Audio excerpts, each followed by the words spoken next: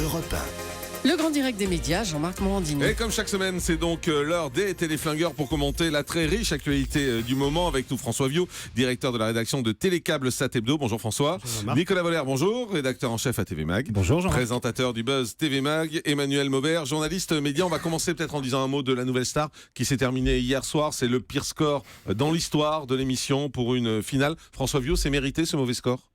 Non, c'est pas mérité, mais moi je voudrais surtout dire que c'est la faute à D8 qui a programmé Nouvelle Star en même temps que The Voice. Et moi je trouve que les belles voix c'était sur The Voice, TF1. Et du coup, la comparaison avec Nouvelle Star n'était pas en faveur de Nouvelle Star. Le problème, c'est la programmation. C'est pas du tout Joey Star, c'est pas du tout les chansons qui étaient dans l'émission, c'est pas du tout le bad buzz qu'il y a eu autour de tout ça. C'est juste la programmation. Un peu quand même, mais enfin, faut quand même dire que Joey Star, on le trouvait très bien au début pour les castings et moins bien à la fin. C'est vrai qu'il était un peu long dans ses interventions, je dois reconnaître. Les castings c'était monté quoi, donc il prenait ce qu'il voulait de lui, tandis que là on était en direct. Nicolas Voller. Typique d'une émission, on va dire en fin de vie, tout simplement. Je crois c'est la 11e, 12e saison. C'est une émission qui est arrivée au bout de ce qu'elle pouvait donner. Certes, François a raison sur la programmation, mais on l'a vu dès le lancement que les audiences étaient moins bonnes que celles d'avant. Ça n'a fait que baisser depuis le retour sur D8. Il y a eu le petit effet de Joey Star au début. Il y a eu le Richelieu qui, pour moi, est une révélation, qui a été très bonne. Mais franchement, c'est le concept qui est vraiment en fin de vie.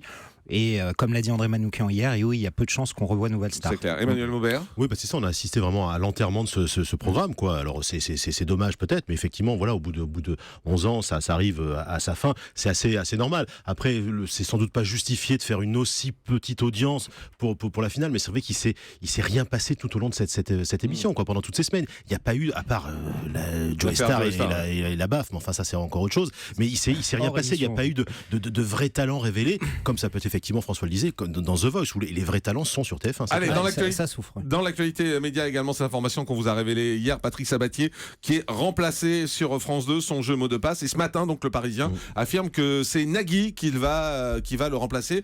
Pour tout vous dire, on a eu Patrick Sabatier tout à l'heure, il est furax contre le fait que ce soit Nagui qui le remplace.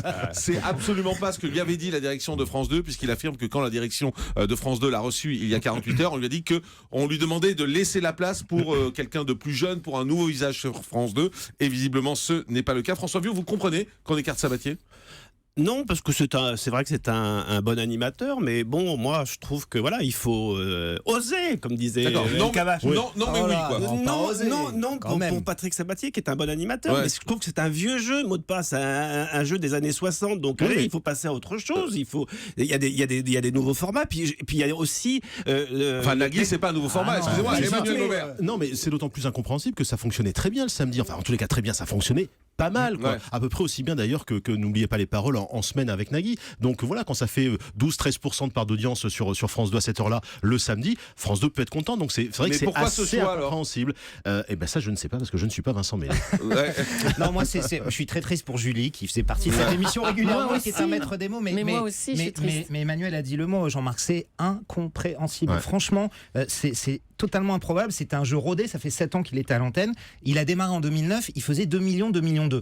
Ce sont les scores qu'il faisait aujourd'hui. Il y a une super mécanique, une très bonne production, un super animateur, des téléspectateurs très très fidèles. Franchement, changer pour mettre Nagui et rajouter Nagui, comme ils l'ont fait déjà avec William Lémergie, qui est aussi le samedi matin, c'est une décision incompréhensible. Emmanuel Maubert. Moi, je pense que France 2 va mettre Nagui dans un premier temps à la rentrée de septembre, mais j'imagine qu'en janvier, ou peut-être même avant, ça peut être au mois de novembre, il y aura un nouveau programme avec un nouveau jeu et sans doute un nouvel animateur. Bonne chance pour faire les audiences.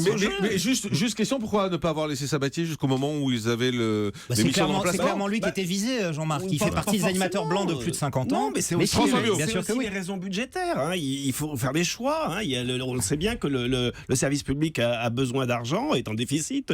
Donc si on veut investir sur de nouveaux programmes, il faut arrêter d'anciens programmes. Et dans ce cas-là, François, on dit qu'on fait des économies. C'est la même chose pour Joker d'Olivier Mine qui est menacé. Il a augmenté la casse de 80%.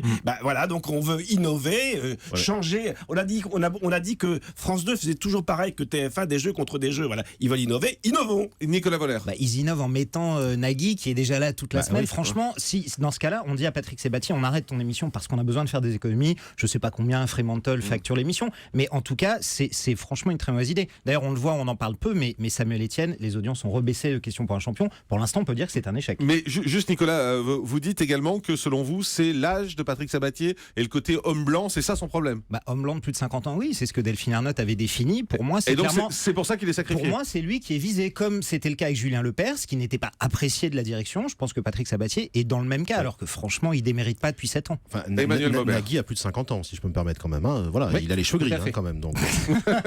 On peut pas quand même tout vider oui. et Allez, enlever toute l'eau du bain. on continue avec Maïtena Birabin. Alors elle aussi, son grand journal, ça baisse, ça ne cesse de baisser. Et puis il y a cette polémique autour de Michel Denisot qu'on vous a révélé également sur Europe 1, puisque Maïtena refuse que Michel Denisot intervienne dans son émission depuis Cannes. C'est une pastille de 5 minutes qui était prévue dans l'émission Le Grand Journal. Maïtena n'en veut pas. C'est assez étonnant ce qui se passe aujourd'hui autour de Canal, autour de Maïtena. Il y a un vrai conflit, on va le dire, un vrai conflit interne à l'émission. C'est-à-dire Maïtena est en guerre contre sa propre production, Emmanuel Maubert. On se demande jusqu'à quand ça va durer cette histoire. Oui, hier on célébrait les 400 ans de la disparition de Shakespeare. J'ai envie de dire qu'il y a quelque chose de pourri, non pas au royaume du Danemark, mais au royaume de Canal+. C'est quand même invraisemblable. On assiste à un climat mais délétère, vraiment de guéguerre interne entre des producteurs, une animatrice, une direction. C'est insensé d'assister à ça sur la place publique, même s'il y a des démentis régulièrement. Mais non, tout va bien, on s'entend très bien, il n'y a pas de problème, etc. Ouais, au final, c'est quand même un vrai bordel, quoi. Ouais, exactement. Et Michel Denisot, qui était notre invité hier, a bien dit d'ailleurs, je m'entends bien avec la production. Bien sûr. J'ai la production, mais laissant sous-entendre qu'effectivement, le problème, c'est Maïtena, Il est François Bio. diplomate. Non, c'est pas Maïtena, mais moi je comprends qu'elle est les abeilles. Maïtena, elle est énervée. Attendez, Michel Denisot revient, il a été viré il y a 3 ans. En plus, c'est lui qui va avoir toutes les stars. Kristen Stewart, Julia Roberts sur Cannes, sur la Croisette. Et elle est coincée à Paris. Donc je comprends qu'elle soit énervée. En plus, il revient avec la boîte de prod du grand journal KM. Donc ça, c'est un retour par la grande porte. Et en plus, leurs relations n'ont jamais été au beau fixe. Non, il revient avec Stéphane Courby. C'est Stéphane Courby qui va produire la pastille. Racheté par KM. Nicolas Voller. Mais ça illustre bien, je trouve, le climat délétère qui existe vraiment autour du Grand Journal. Michel Denisot, chez vous, a dit oui, il faut revoir la copie du Grand Journal. Il est très diplomate, Michel, mais clairement, le Grand Journal... On comprend entre les mots, Michel Denisot. Voilà, mais le Grand Journal est à bout de souffle et clairement, en fin de vie, c'est une marque qui est grillé sur Canal+, vraiment, je le pense, et ça finit, comme très souvent, les histoires comme ça finissent en eau de boudin, et c'est vraiment révélateur de ce climat actuel. Mais la question qu'on peut se poser quand même, et moi c'est celle que je me pose depuis le début, et dommage, Maïtena Birabin ne veut pas venir ici pour répondre aux questions, mais c'est pourquoi est-ce qu'ils n'ont pas bougé les choses? Pourquoi est-ce qu'ils n'ont pas changé depuis le jour? Quand on a la chance d'avoir une émission en direct, tous les soirs, on voit que ça marche pas, on tente des choses, on essaie d'innover, et là on a le sentiment que c'est en céphalogramme plat, ils ne bougent pas, ils restent sur leur ligne en disant le public va finir par arriver. Ah si, la courbe d'audience, elle bouge. À la Ouais, baisse. c'est ça. Elle bouge. Mais Emmanuel quand Maubert. vous avez un grand patron, Vincent Bolloré, qui explique on a tout le temps, les audiences, on s'en fiche, on a de l'argent, on y va, cette émission va fonctionner. C'est la méthode Coué, vraiment. Mais voilà, donc, du coup, le patron ne veut pas que ça bouge. C'est ça le problème. C'est étonnant comme Puis histoire. on l'a dit déjà ici avec Emmanuel et même François, il y a 1 an ou 2 ans, l'émission aurait dû changer de nom, d'appellation quand Antoine Decaune l'a récupéré après Michel Denisot. Donc l'erreur, elle date d'il y a au moins 2 ans. L'actualité média, c'est également l'hebdo show d'Arthur qui est enfin arrivé à l'antenne. Alors, on a vu qu'il y a une vraie guerre qui est lancée entre Cyril Hanouna et Arthur, une guerre à travers les émissions, à travers la presse, à travers les médias. Mais si on essaie d'être objectif, ça valait quoi l'hebdo show, François Viau? Moi, j'ai trouvé ça pas mal. Je vais vous dire. Bon, c'est vrai que c'est pas révolutionnaire. C'est une bande autour d'une table, mais j'ai trouvé que la bande était bien constituée, un bon mélange de jeunes et de moins jeunes. Et puis Arthur, il est à son affaire. Moi, j'ai retrouvé le Arthur de l'émission Impossible, celui que j'aimais bien, l'animateur le plus con de la FN. Mais voilà, il est drôle. Nicolas?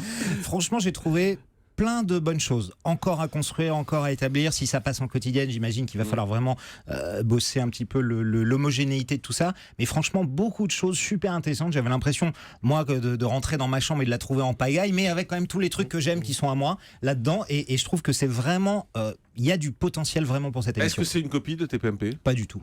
Moi, vraiment pas du tout. À la limite, si vous voulez copier, je trouve que ça ressemble presque plus aux grosses têtes. Tout le début en TPMP. particulier. Toute la partie actu, on ça parle de ressemble vraiment aux grosses l'actu têtes. avec les gens qui font des vannes, mais franchement, non, je trouve Emmanuel aucune copie de Maubert. TPMP. Après, on a vu que ça a bien fonctionné en audience en deuxième partie de soirée le vendredi. La question, c'est si effectivement ça arrive, ce qui devrait être le cas en quotidienne à 17h, est-ce qu'il y aura un public pour ce genre d'émission qui est vraiment une émission pour la deuxième partie de soirée, quoi. C'est vraiment pour du 23h, on est tranquille à la maison, après la soirée, etc. On a couché les gosses. Voilà. Là, à 17h, je suis pas certain que ce soit exactement ce programme-là qu'il faille. Maintenant, ils ont 5 semaines pour justement se roder, pour essayer des choses, etc.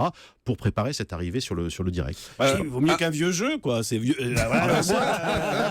Avec un vieux jeu. Et ce qui va être intéressant, c'est de voir les audiences vendredi prochain, parce que là, sur la première, il y a eu beaucoup de buzz, il y a eu beaucoup de presse, donc ça fait 2,2 millions. On va voir si ça se maintient ou si ça baisse. Avec votre ami Carole Rousseau. Avec mon ami Carole Rousseau dans la prochaine. Je pense qu'on va se marrer, ou pas. Un mot sur André Valigny également, qui a critiqué le choix de la chanson de l'Eurovision. Est-ce qu'il a raison dans sa critique du choix de l'Eurovision? Il a dit Euro 2016, chanson de l'équipe de France en anglais, concours Eurovision de la chanson idem, consternant et inacceptable. Hier matin, on avait Nathalie André, directrice des divertissements de France 2 sur cette antenne. On a rappelé quand même qu'à 70% la chanson était en français. Emmanuel Maubert, il est à côté de la plaque, André Valigny. Absolument. Une fois de plus, un politique a manqué une occasion de se taire. Et une fois de plus, un politique parle de ce qu'il ne connaît pas. Je suis sûr qu'il n'avait pas écouté ses chansons. Il ne savait pas de quoi il parlait. Sans doute quelqu'un dans un dîner lui a dit: ah tiens, t'as entendu l'Eurovision, il chante en anglais, etc. Ah bon, clac, clac. Et communiquer. C'est pathétique. Une fois de plus, les politiques sont à côté de la plaque. François Villot.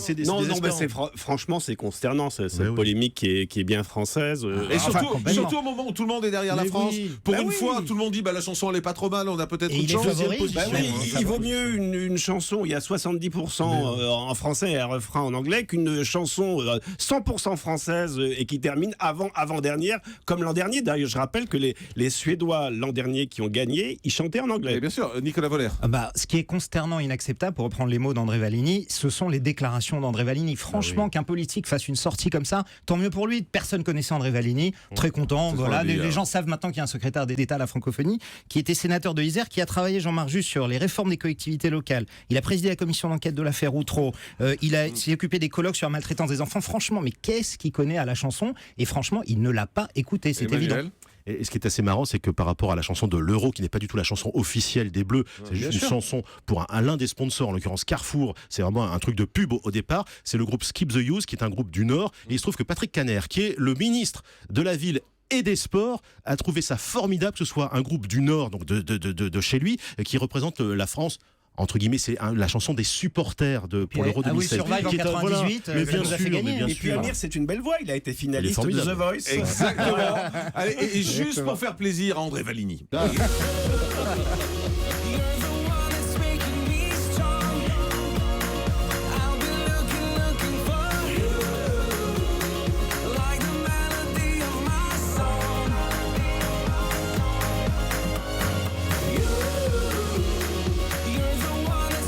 Voilà, et on a fait exprès de se caler sur le refrain en anglais, parce qu'on sait que ça lui fait plaisir. On est trop gentils, Europe 1.